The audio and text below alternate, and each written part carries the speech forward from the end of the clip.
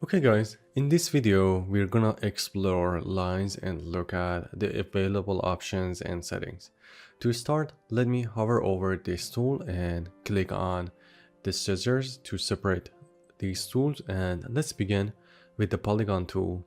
With a just few simple click, I can create a closed line which results in a shape. As you can see, the shape is created in the 3D window as well.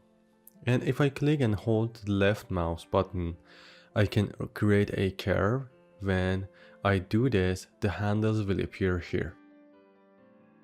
However, if I hold the control key, we'll see that we can still create a curve, but without the handles. Now let's switch to the edit pattern tool. You can see that the handles are visible here but not here. The only way to control the points is using the edit curve tool. So let me show you another mode. If I create a shape like this one, something like this, and right click, this dialog opens here so I can input a specific length. For example, let's enter the number 100. If I enable the mirror option, the line will be mirrored for this point, and you can adjust the direction with this window. And once confirmed, you can proceed. After closing the line, the mirrored line will be created for you. Okay, let's delete these and move on the internal line. The first tool, let me introduce, is the internal polygon tool. If I click outside the pattern, I will get an error. I definitely have to do this inside the pattern. So with simple click, I can create these lines and finally double click for finishing it. Okay, select the edit pattern tool. If you pay attention to the segment, you can see they are connected. Let me zoom here. If I manually connect the points without doing anything, a hollow circle appears and we have 2 points. Let me select these two and right click and select joined overlapping points to merge them into a single point, or select this point again. You can use divide to separate them. Okay. Or use merge to average. The points will connect in a more average way. Okay, let me undo. If I right click on the lower point and choose merge to point, the upper point will connect to the lower point. Okay, let me undo again, or let me select these two and select the upper point and click merge to average, and it connects like this.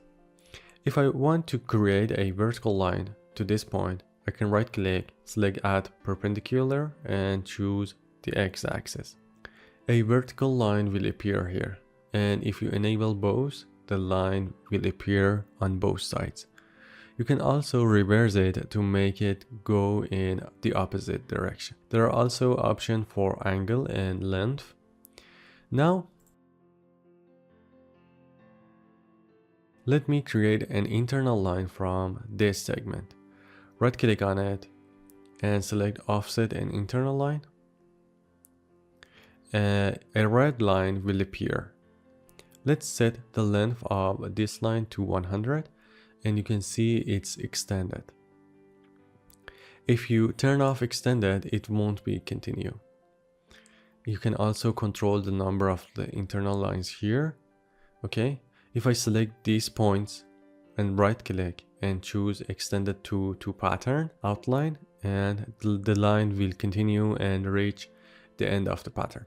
Let me click extend, trim and add point, so it add a point to the pattern outline.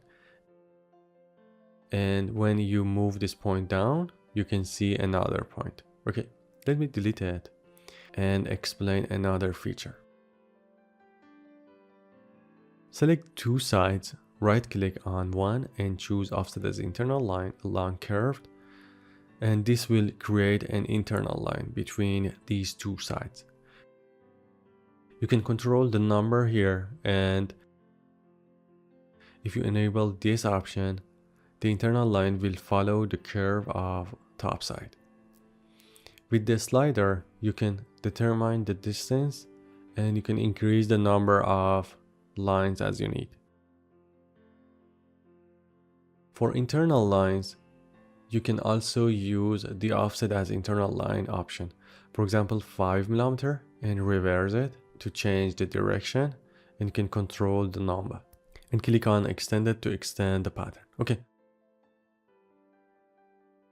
Let's talk about the settings related to internal line. Click on one of this segment and you can see the settings in the property editor window. For example, if you check the fold angle, you can see it's set to 180 by default. If we look at the closing, this segment is straight and we have under 180 and above 180. So what does it mean?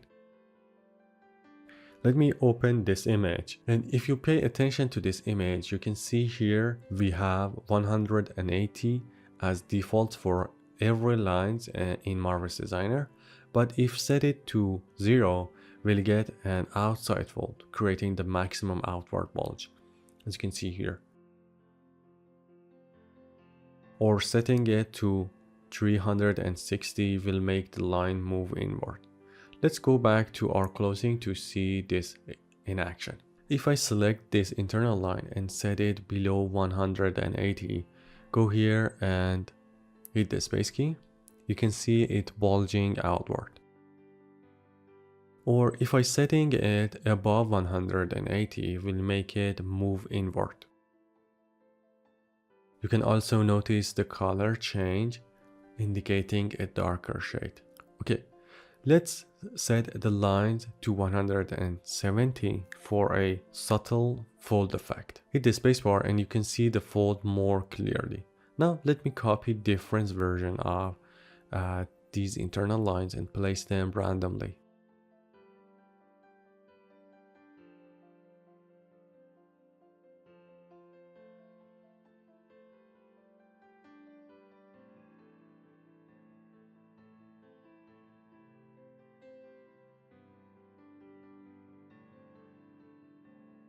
When I press the spacebar, you may not see it clearly in the video, so let me reduce the amount slightly to make it more visible.